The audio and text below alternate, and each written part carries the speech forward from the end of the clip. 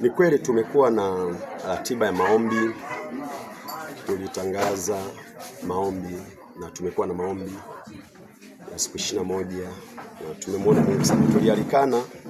Tulialikana kuomba na nilitoa ufafanuzi kwa nini tuombe. Kwa sababu uhai wa Mkristo ni maombi. Na Yesu mwenyewe, sisi kama Wakristo, Kristo mwenyewe ambaye ni Yesu aliomba sana. Kwa hiyo nguvu yetu ya ushindi na uhai wa maisha ya kiroho yako kwenye maombi. Na tumemaliza maombi hayo ya siku 21 na sasa tunaendelea na mikesha. Hata Ijumaa iliyopita tulikuwa na mkesha na tulimwona Mungu sana. Maombi ya mkesha ni mazuri, yanampa uhai Mkristo. Yanampa uhai Mkristo. Yesu anawaambia wale akina Petro kwamba mmeshindwa kukesha hata saa moja. Mwisho akamwambia basi ombeni ili msiingie majaribuni. Kwa hiyo bila maombi, yanapoibuka majaribu, huna namna ya kuyashinda.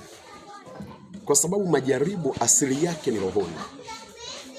Na kwa sababu asili yake ni rohoni, lazima uwe na nguvu za kiroho kuzuia changamoto ambazo zinaasisiwa katika ulimwengu wa roho. Tunaelekea mwisho wa mwaka. Mwisho wa mwaka kuna vitu vingi sana, vibaya sana. Ajali zinatokea sana, yani watu wanakufa. Baadhi ya mikoa huwa kuna tohara ambazo hata serikali inazikataza na huwa zinafanyika mwisho wa mwaka. Kwa mwisho wa mwaka kuna vitu vingi, watu wanatoa kafara. Sasa unapokuwa Mkristo unapaswa pia kumaanisha sana kwenye maisha ya kiroho mwishoni mwa mwaka. Ili kushinda hivyo vita, ili at least hata ikitokea familia yako inataka kukumbwa na mabaya, kama umesimama kwenye maombi, hayo mabaya yanaweza yasipate. Kwenye ukoo kuna msiba, mtu amepatwa ajali, imradi tulije jambo lolote ambalo linakutaka uzitumie zile fedha. Na unapozitumia pesa ambazo ni za mkopo, mahali umekopa, ukiwaambia kwamba nilizitumia kwa dharura ilijitokeza, hawatakuelewa. Kwa sababu umekopa lazima ulipe. Ndio maana leo watu wana madeni makubwa, hayalipiki. Lakini huyu anayehangaika kulipa na ameshindwa kulipa, haina maana kwamba alizichezea zile fedha. Alikutana na dharura ambazo hazizuiliki, lazima tu zile fedha tu. Kumbuka mtu mmoja kule Mwanza alichukua mkopo mkubwa milioni kama 16. Anafika nyumbani, alikuwa kwamba anaenda kumalizia nyumba yake. Anafika tu nyumbani, anaambiwa mtoto alikuwa anatoka shule amegongwa na gari, na ile gari hajasimama imekimbia. Mtoto amevunjika miguu yote, amekatika mfupa wa hapa. Kwa matibabu yalikuwa magumu, akapelekwa mpaka Nairobi, mpaka anakuja kuimarika. Zile fedha ziko, lakini anahitaji kurejesha. Sasa sio kila matukio ambayo yanatokea yanakuwa yamekusudiwa. Huko ndiko kwenye uhai wetu, huko ndiko kwenye mafanikio yetu. Huko ndiko kwenye uzima wetu, kwenye maombi. Kwa tunapokuja kwenye mikesha, na mimi nawaomba sana watu kwa imani zenu, hususan wa Kristo, nendeni kwenye maombi. Nendeni kwenye mikesha. Usilale, unalala una raha gani? Una watoto wanasoma, huna ada, huna namna ya kuwasomesha wale watoto. Una mtoto amefaulu kwenda chuo kikuu, hajapata mkopo, utafanya nini?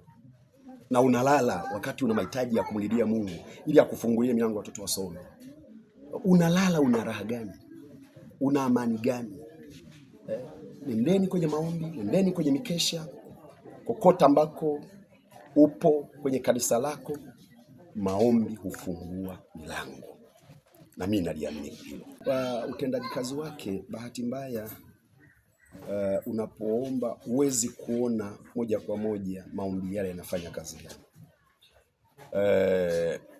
Huko kazini tu unakofanyia kazi. Kila mfanyakazi unayemuona huko kazini kwako, kila mtu ana Mungu wake. Wengine wanategemea waganga, wengine ni maombi, wengine ni makafara, Kuna nyumba tunazoishi, hizi nyumba zina siri kubwa sana, zina siri kubwa sana. Umepanga kwenye nyumba, hujue chanzo cha hiyo nyumba, hujue alipata wapi fedha mpaka jenga hiyo nyumba. Unaweza yani hivyo. Sitaki kukosoa sana hizo nyumba, lakini nataka tu nikwambie ndugu mtazamaji kwamba hiyo nyumba unayoishi ina mwenye nyumba. Mwenye nyumba ana Mungu wake. Kama hiyo nyumba ina miungu, unaweza fuatilia. Kuna mtu anaweza kaishi nyumba hii ukawa na amani. Ukihamia nyumba nyingine, hata ndoa yako inaharibika. Ukihamia nyumba nyingine, hata kazi unafukuzwa. Ukihamia nyumba nyingine, unashangaa maisha yako yanakuwa mazuri. Inategemea na miungu iliyoko. Maombi yanakusaidia kukabiliana na changamoto hizo, kwa sababu unahamia kwenye nyumba ambayo hujui asili yake, hujui nini kimo. Lakini maombi yanakusaidia, unaweza ukaishi kwenye hatari na uko salama kwa sababu ya maombi. Simama kwenye maombi ili uwe na power, uwe na nguvu za kuweza kushindana nao.